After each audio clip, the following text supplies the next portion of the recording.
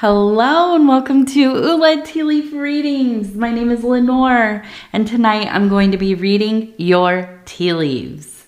This is a horoscope for Taurus. If Taurus is your solar, lunar, ascendant / rising sign, then this is a message for you. All right, let's get started. Whew, don't jump off of there. And so our card tonight is the 10 of Cups. Not too shabby.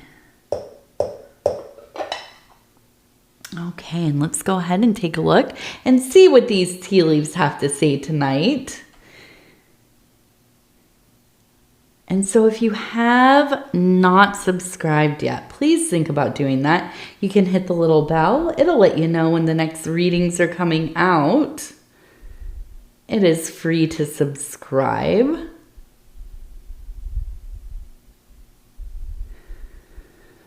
Okay, so I'm already seeing we have up here, we have somebody laying down, but we have kind of like I wonder if this is like an astral form of self or if this is an entity. Oh, we also have down here it looks like another person or entity kind of floating around. So I almost can guarantee you've been having some strange sleep lately. Maybe even feeling like you've been visited by something. I imagine, I was going to say I know, but I imagine it. I don't know for sure, but I'm pretty sure. There have been moments in that kind of in between wake and sleep, that hypnagogic state where you've had something similar to the old hag syndrome. And what this is kind of a sleep paralysis when you start to wake up from a dream, but you're still in this paralyzed state. You can't move your body. And you might feel like something is sitting on your chest.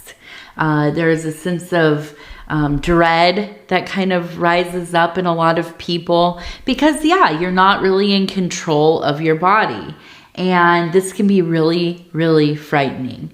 And so I feel like as you are getting woken up or coming into the state of consciousness, there's almost a sense of seeing something kind of floating right over your head.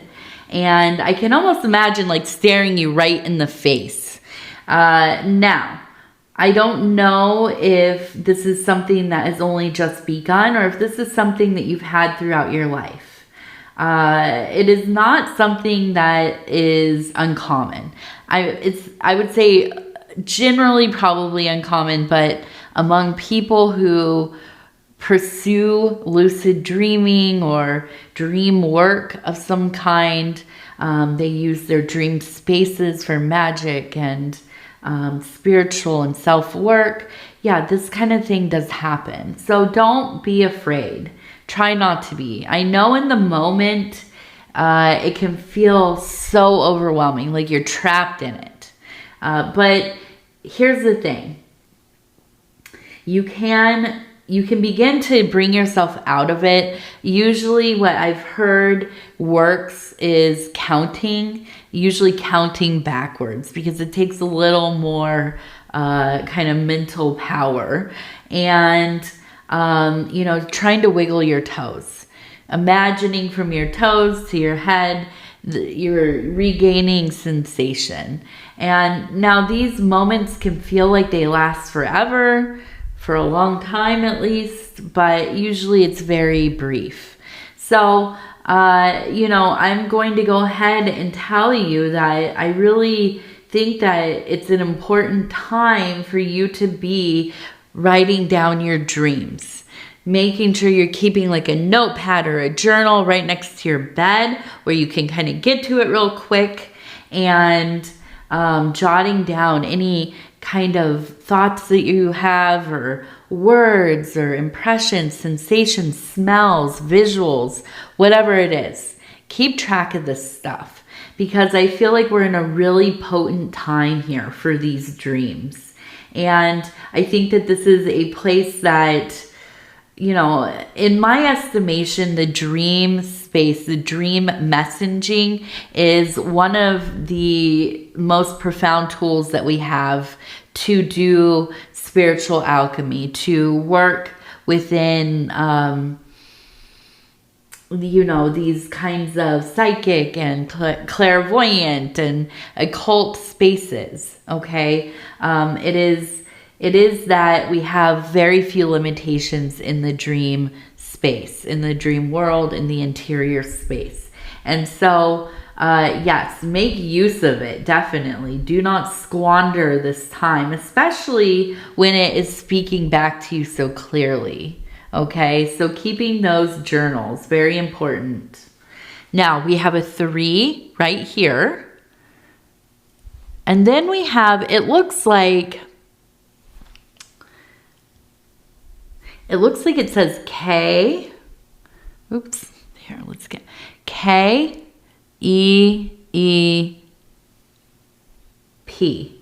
So keep. Keep something. What is it that you have that this that Spirit wants you to keep? I feel like maybe you have a big decision going on. Almost maybe like keeping a secret. Maybe we have a large S right here as well. So maybe it is to keep a secret.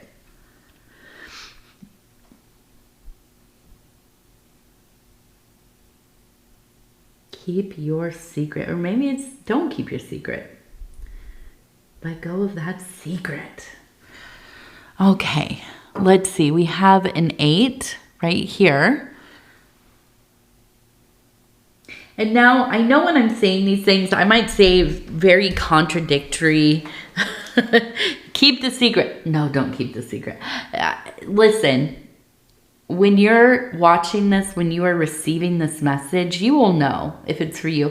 And you will also know what it means, okay? I can only kind of interpret things so far because I can't look at the context, you know? And ultimately, no matter what I tell you, it's up to you what you do.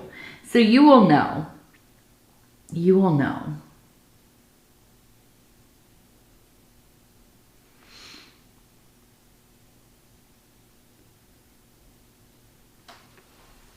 Okay, so we have the new moon going on today. Whew. And it is profound, let me tell you. We have a heart here. Now, to me, this looks like we have a child here. You can see the head, maybe a baby even. We have a person who is holding them, and you can see the head here, okay? The body here, legs, and then holding up also it looks like maybe another child. Over here it looks like we have a dog.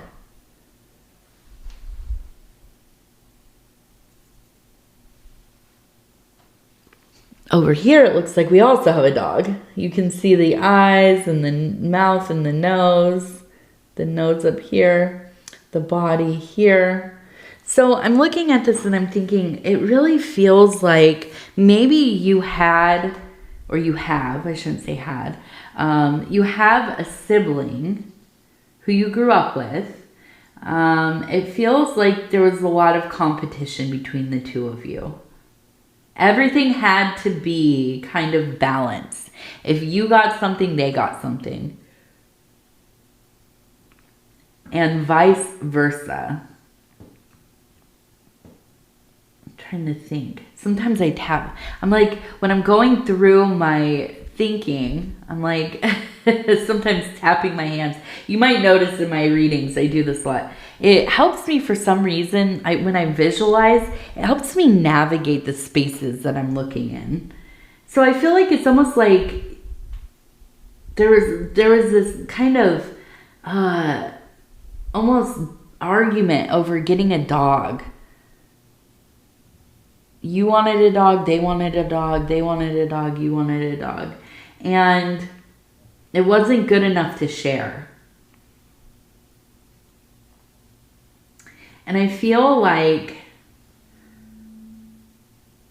and I just feel like there were times where there's just so much arguing and fighting going on, you know, between the two of you. I feel like there was always like kind of the feeling of, I want to be close. I want us to have this good relationship, because it seems like you're close in age. But it just never happened that way. I feel like it kind of, there's almost this kind of like role of one of you kind of being in trouble a lot, especially as you got older, and the other one being like always minding their P's and Q's, knowing that they would get doted on, that they would kind of always get that positive feedback. But the other kid was getting in trouble, so they were getting a lot of attention as well, but maybe it was negative attention. And I think this made you two kind of really, you know, like you're vying for that time with mom and dad. And I feel like your parents were always just trying to juggle the two of you, especially when you were really young. Now, as you got older, I think that you really looked out for one another. I feel that there were circumstances possibly that led to you having a single parent home.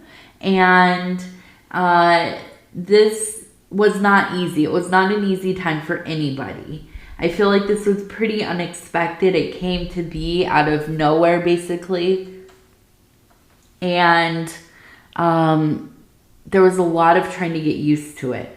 So I think in this time there was almost a sense of tenderness rising between the two of you. But then as you got older again, there was really this competition to, you know, achieve as much as you can and you know, kind of have the most friends and do the most things and go to the better school and, you know, just tiring. Absolutely tiring. And I think that at some point you just kind of gave up on it. You gave up on trying to pull forward in this. Because I feel like, you know, there's almost a sense of maybe I don't know if this is your twin or if this is, you know, you're very close in age, but your sibling, maybe even kind of, and I'm thinking it's like they got into a good college maybe, or they got a good job or whatever it was that took them out of the household, but you were still always being compared to them. And I think it just really fully solidified that you wanted to kind of go off and have your own life. And I believe that's kind of what happened. Now, with the heart, I feel that, you know, as soon as you kind of left and you were not put in this position of trying to make everybody else happy, get in everybody's good graces, you could really begin to just be who you are. And I don't know that you fully even knew who or what that was before you left. And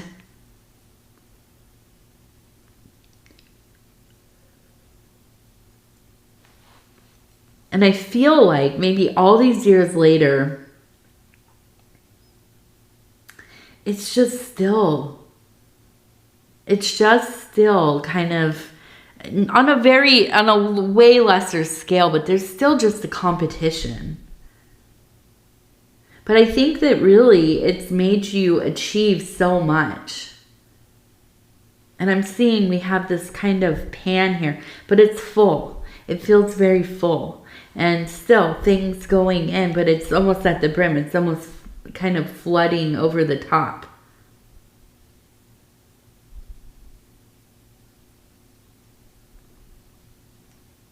So I think that there's a sense of almost having too much, but it's never enough.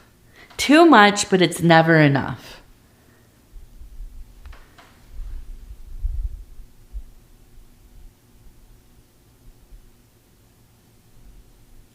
Now I see a 4-leaf clover here. So I feel like ultimately you have ended up being very lucky in life. You have made some really good choices, and those have proven to really kind of pay off for you.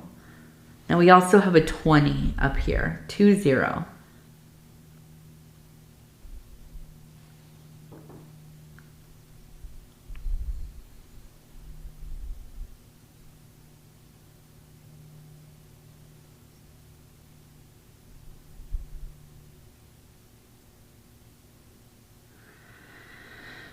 Yeah, and I just feel like there is a sense of being drawn back into this family dynamic for one reason or another. I wonder if maybe the parent is sick, mom or dad, whoever it was that you kind of ended up being so close to because they raised you. And now I feel like there's almost this kind of call home to go and do your part. You want to, but you're also, I mean, you just absolutely have such an aversion to going back to where you grew up. It feels like it's a place that brings up a lot of almost kind of insecurities, of memories of never feeling like you were enough, or you were never going to be the one to kind of be picked or win or whatever it is. And so I feel like there is a lot of resistance about going home. Now I imagine that you do want to help with your parent. But I'm setting this down for a minute, but now I'm back with it. Sometimes I just need to stop looking at it directly to go through my mind. And I almost feel like they have some kind of thing, your parent, to do with maybe they smoke or smoke in the house or something. And part of this like really stresses you out. I feel like you're not really into the smell of it, and kind of the idea of being in a house that probably smells a lot like smoke. For whatever reason, and I understand, believe me, although, you know, I did do that for a long time. I haven't for over a decade, and I get it. You don't want it. For me, I don't mind the smell. It's just the headaches. I get headaches from it. And I almost kind of feel like it's like for you, it just absolutely wreaks havoc. Now you're willing to kind of tough through it if you have to. But there's a resistance there to go back. I just don't feel like it's something that you want to do. But I feel like in some, I feel like you probably will. I'm just going to say that. We have a boat here, and it feels like it's facing this way. So facing towards the left, this is going into the past. And so I do feel like there's this time coming soon where you kind of, you're going to kind of find your way going back. And it's not just like physically driving home or getting on a plane and going home. No, I feel like this is like you're being transported spiritually. And I think that, yeah, this is going to be kind of like facing some ordeals. Looking back on things that maybe were quite hurtful. Events in your life that maybe really felt like they wounded you in a fairly deep way. But I feel like it's almost like kind of the universe putting you in a position where you're going to have to kind of deal with some of this stuff. Now, I also feel like there's almost this sense of not really knowing how to conduct yourself because you've changed so much over the years. And the way that you live is so far away from the way that you grew up and the way that maybe your siblings live. And you don't necessarily feel super comfortable going back into that place. It's like, it is like going back to the old town that you grew up in. Everybody's still kind of doing the same things. But you have been out in the world visiting different places, different countries, continents, whatever. You're kind of this worldly traveler, and you're going back to a place that is so focused on the right here, right? Everything's like local community oriented. And that is something that you don't fully understand anymore. I feel like you like kind of move to a bigger, like maybe a bigger city or something like that. And so, I just feel like you're really preparing yourself here. Now, ultimately, as I'm looking at this, I feel like, and we have the house right here. We have the person kind of, you know, starting to approach. We also have this animal here. I feel that, yes, there's a real sense of being surprised that it's way better than you thought it was going to be. I feel that there is that competition still, but it's very much, I don't know, more open and loving, you know. And maybe you have not seen your sibling in some years, or it's been quite a while. But I do feel like they really have come down to earth quite a bit. And so have you. You know, I feel like you've definitely mellowed out.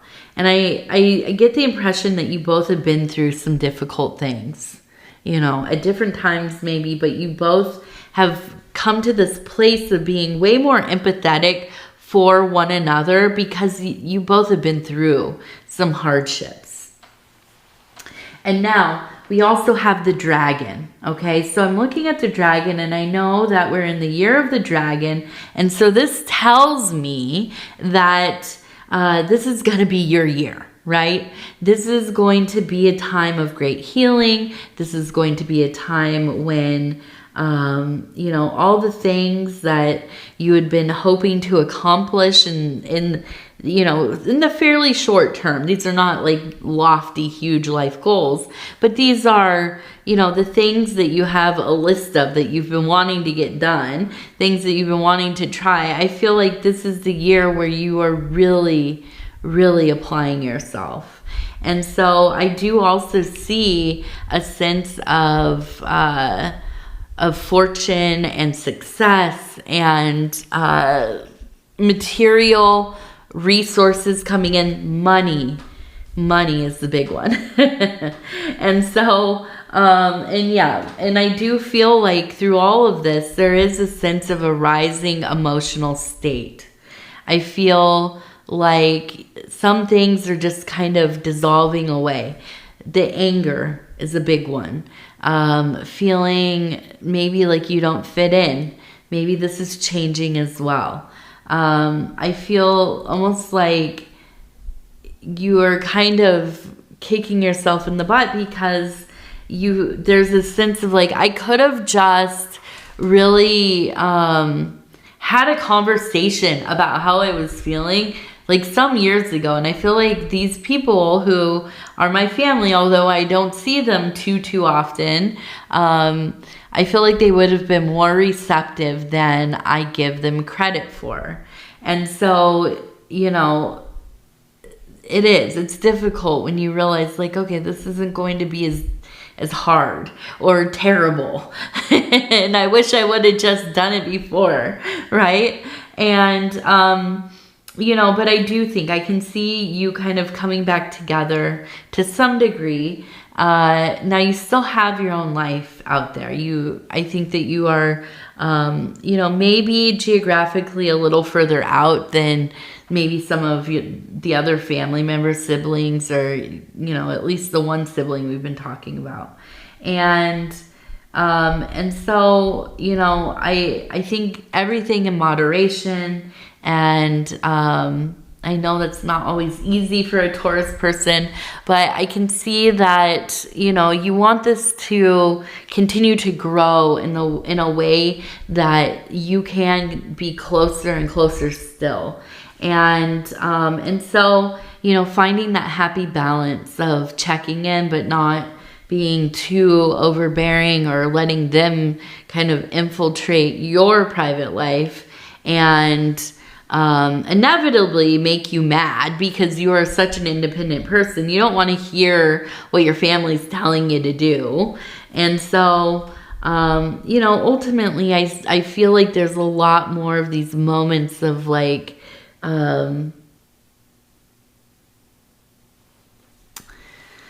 just feeling together, excited, holding hands. I just keep thinking of holding hands. We're holding hands and sharing meals and laughing and all this kind of stuff. Now, let's take a look. We have a person here who has a dress on. Oops, just spilled some right there. We have a person here who looks like they're wearing a dress. We also have a little duck. We have a little heart. We have a horse kind of laying and taking a rest. We have another person sitting here with the sun again. So, I feel definitely there's this continued kind of messaging of clarity, of coming to a place of understanding that you had been missing.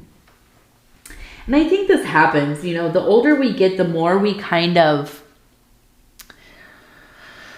look at the situation and think, yeah, you know, this is like, these are human beings, they're my family, but they're also people and they make mistakes and they're not all good or not all bad. And even when they do things that really upset me, really tick me off or are very hurtful, I have to remember, you know, that they are flawed individuals like anybody else, right? And I feel like you're really coming to this place of like being able to disengage rather than get super involved in the fighting and arguing and you know, being unfair to one another and so on. I see you just kind of sometimes stepping away, maybe not answering messages for a couple of weeks or whatever it is, and just kind of creating a space for yourself where you can focus on the things that make you happy, your work and everything else. Letting go of the disharmony of, you know, sometimes a close family, you know, you can love each other, but sometimes, you know, there is some arguing, some fighting, some, you know, vying for power and being kind of the one with the last word and all of that. I don't think you're interested in those things necessarily. I don't think that you want to run the family or be the patriarch or matriarch of the family. But you have opinions, obviously. And so I think that, you know, there is a sense of peace in knowing that you're not going to end up being the one that has to hold everything together. You know, and so, let's see.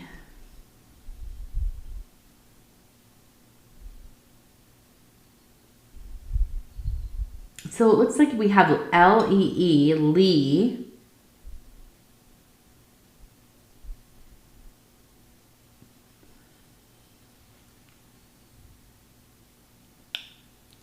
And we also have a person kind of going through a doorway here.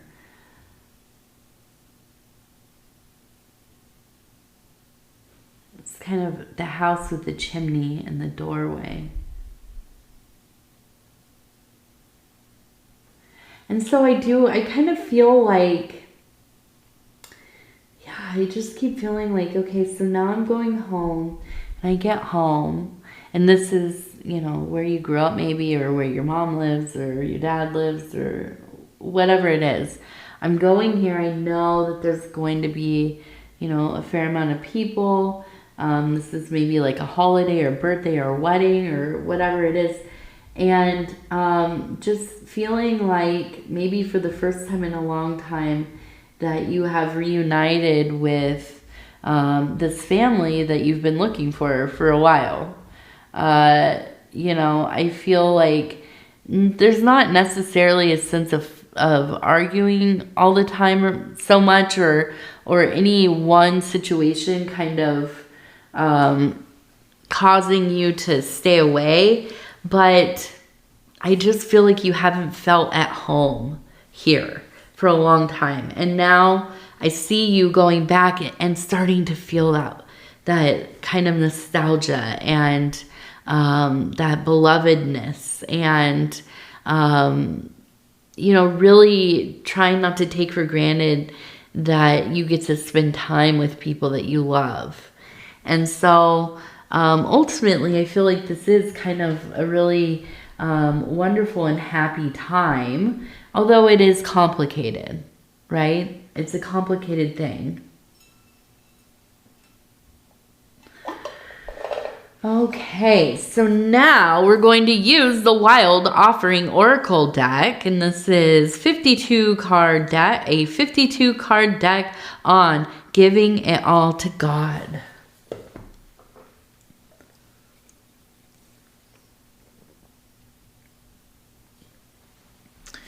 I have to apologize. I'm taking a lot of sips here. I have just had the wildest allergies. And I've been trying a lot of the things that have been recommended by all of you on the videos. And some of it's really helping. I think the honey is really helping. The teas are really helping. Some of the supplements that I'm taking. And on the worst days, I'm taking a little bit of Claritin, and that helps a little bit. I just get dried out. And I don't like somebody mentioned it's bad for your GI tract or whatever. And it is. It doesn't, you know, it's not something that I like long term. But my goodness, I just, whew. And there are a million plants just, you look outside and you can just see stuff floating in the air. Thankfully, it's rained a little bit. Last night we had a huge storm, so some of that stuff is came down, is on the ground now. Okay, I'm going to go ahead, flip through. I'm going to stop where it feels right. And it says courage. All right, divine courage is not the absence of fear, but a nudge that says, keep going, do it, don't worry, all will be well. You have to get quiet enough to hear it.